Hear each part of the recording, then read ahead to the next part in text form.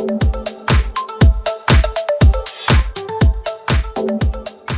días.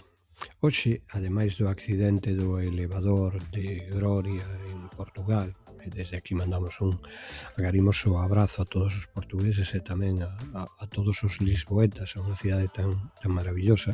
Bueno, pois ademais deso dicía, vaise falar sen dúbida algunha de que? De aeroportos, despois da que se montou coa subida de tasas aeroportuarias que leva a que Ryanair paga unha tócate fuga rapidamente de máis dun aeroporto en España.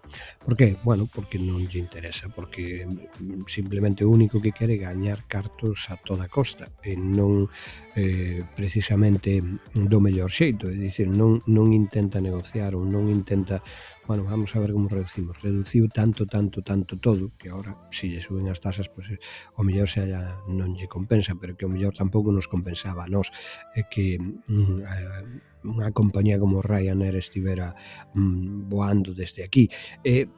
Ao mellor o que teñen que facer os departamentos de turismo pois é buscar outros nichos de mercado, buscar compañías nacionais que voen aquí, facer outro tipo de traballo, porque o que sucede cos aeroportos, en este caso coa marcha de Ryanair, invítanos a dúas reflexións.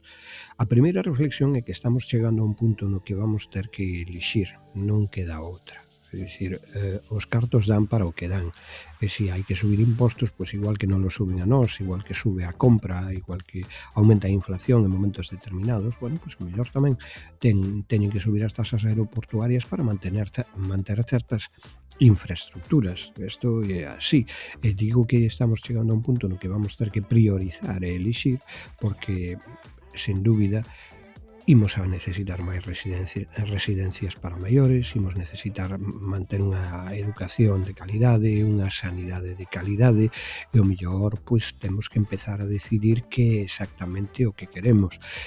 E no momento en que decidimos que é o que queremos ou que queremos priorizar, bueno, pois xorde a segunda reflexión. Pode Galicia manter 3 aeroportos? Ten sentido que nun espazo tan pequeno teñamos 3 aeroportos? Hai que pensar que en algún aeroporto internacional de outras cidades, de outras vilas, lévache máis tempo chegar da terminal ata o aeroporto, ata o avión físico, lévache máis tempo que o que tarda un tren, por exemplo, de Vigo a Santiago, de Coruña a Santiago. Entonces, aquí algo falla, non? Temos que decidir eso. E hai unha reflexión a partir desta que é moito máis interesante sobre que temos que darlle unha voltiña, que é como está deseñado este país, que de feito non está deseñado. É dicir, Galicia necesita un deseño territorial, igual que toda España, pero no noso caso necesita un deseño territorial pero consensuado por todo o mundo e que realmente sexa práctico.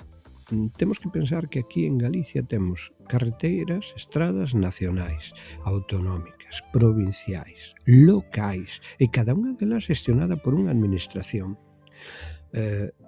Estamos dándolle voltas aos consorcios de bombeiros, cantos teñen que haber, se temos un parque de bombeiros comarcal, canto tempo levamos falando do parque de bombeiros comarcal en Compostela e na contorna, e aínda non está. É dicir, temos que decidir como queremos que sexa o noso país. Se te vas ao monte, tes montes de masa común, que non se xestionan directamente, montes comunais xestionadas en común, xestionadas por asociacións ou por comuneiros, despois tes as fincas que ten cada un, tes zonas que son rede natura que teñen unha protección especial, pero tes outras zonas que non son rede natura, pero están dentro do ámbito de protección do Camiño de Santiago. En definitiva, temos que deseñar o país, porque o que non é normal é que ti podas collar un voo moi barato para volar a sabe Dios donde, e a maioría dos concellos teñen os saneamentos en rematar, que haxa estradas que no inverno son impracticables, que chegan os incendios e resulta que non houve nada de prevención. Temos moito que pensar sin sair de aquí. Entonces, ao mellor, temos que darlle unha volta ao deseño territorial. Esa é a reflexión que nace para min a partir de todo isto dos aeroportos, das tasas aeroportuarias e de todo o que hoxe ao longo do día e seguramente nos vindeiros días vaise falar. Se Ryanair se quere ir por non pagar impostos, pois mira, xa está tardando.